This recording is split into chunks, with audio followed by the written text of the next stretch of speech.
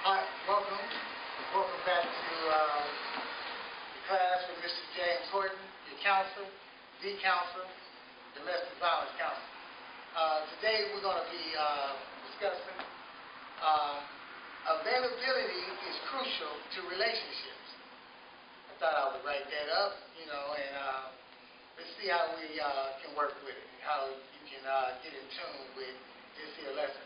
Availability is crucial in your relationships.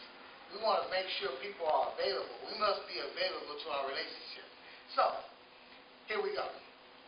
Many doctors and humanities professors have studied and even written articles on how crucial availability is when it comes to children and their human development.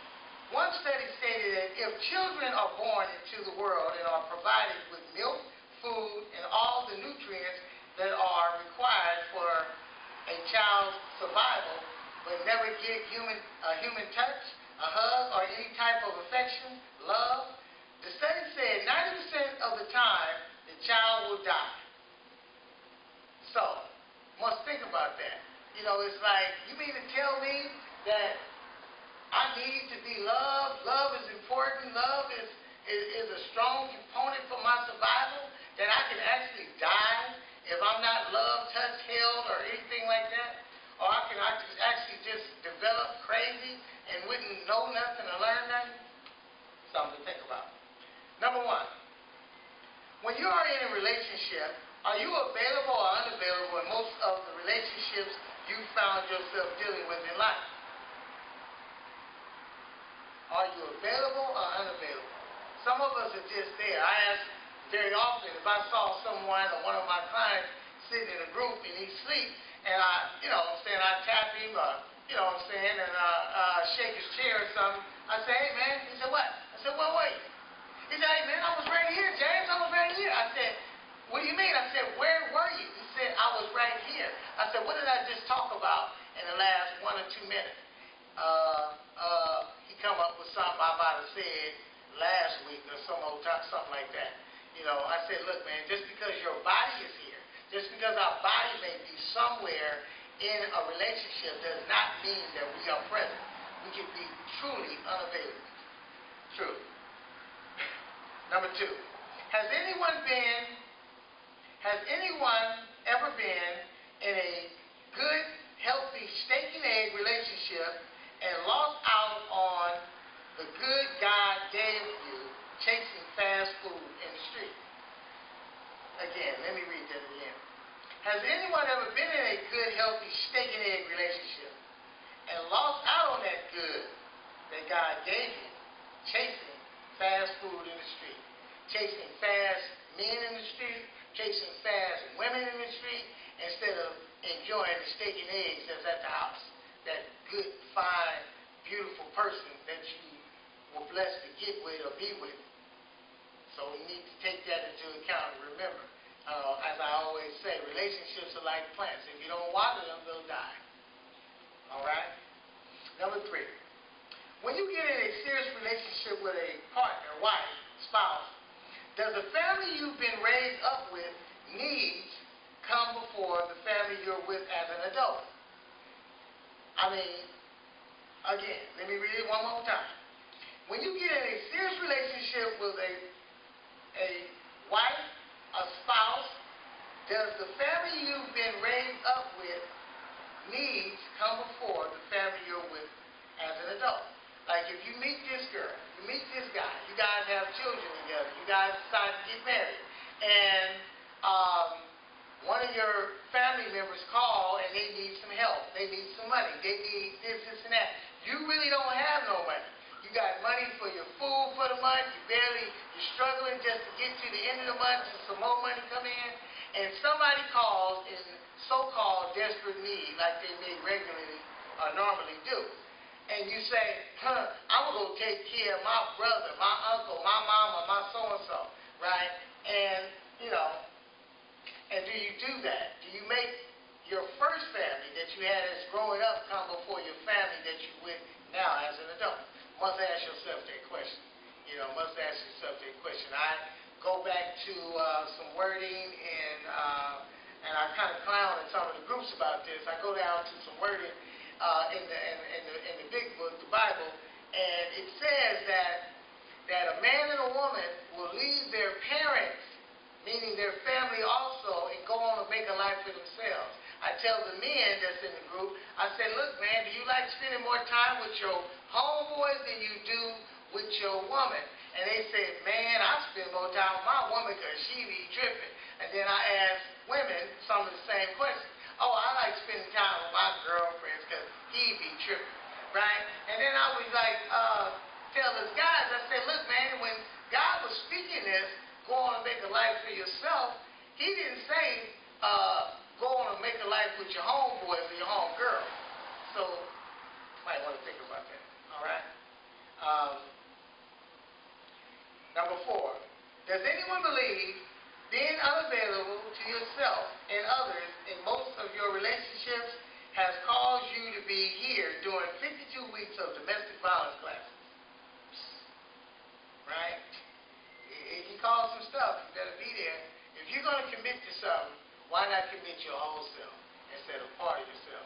You know, I once heard someone say, the absence of a half-hearted man or the absence of a half-hearted woman is better than their presence. You know, if you're going to be half-hearted, it's better than you to be absent than to be present. All right. That might take a little while to sink in, but keep coming back, you know, and you'll get it. All right. Number 5, do you believe being unavailable and irresponsible is beneficial to your life? Is it benefit? It must be a benefit. I mean, I'm just saying, what's wrong with being lazy, though? What's wrong with being lazy? What's wrong with just be like that doing that? Why she tripping and stuff?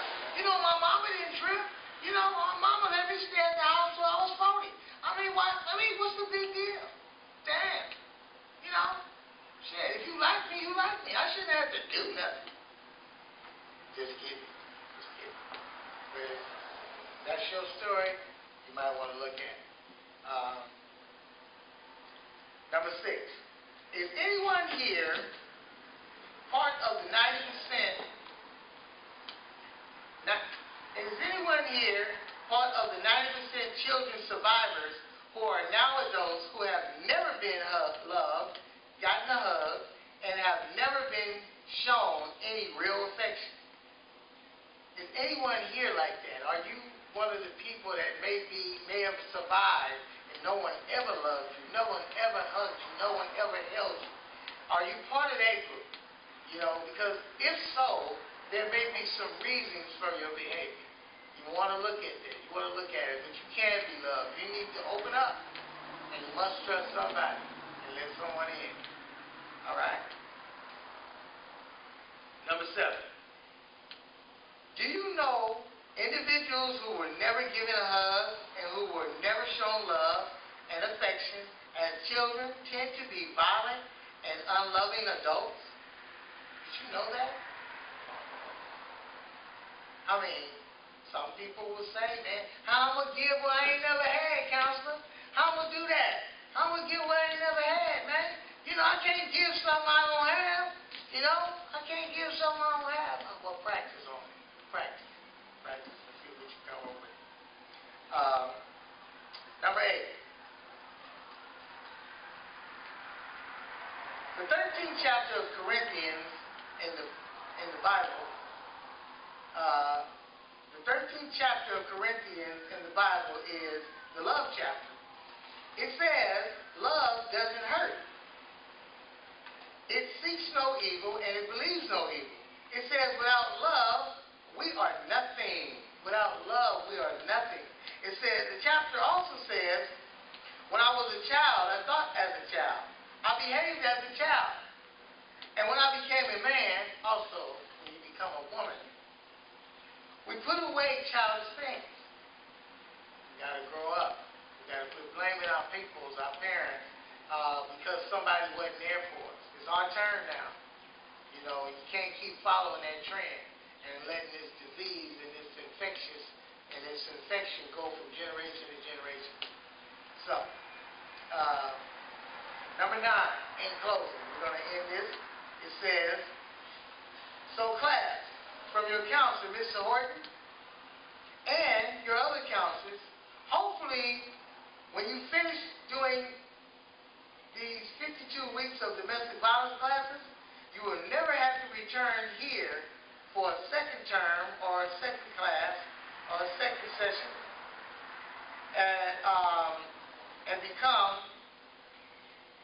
come back here and become what you should have been already.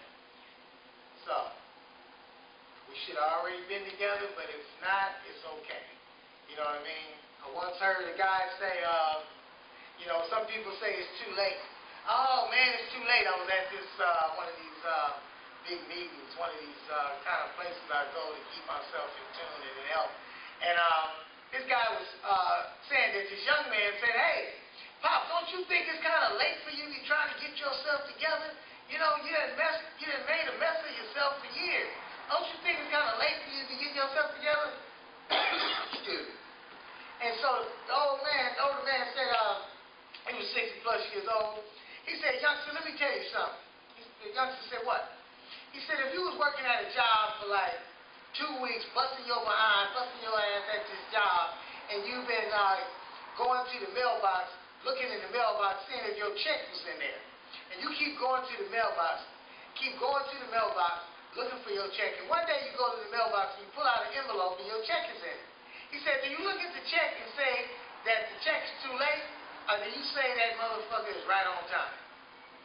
So I think it's right on time. So maybe you can think about that. That it's never too late to get it together. Thank you all for sitting with me and having a session in the class with me. Look forward to talking with you again. And look forward to seeing me some more and some more. I'm going to keep it coming. And I need your support to keep it going. Thank you.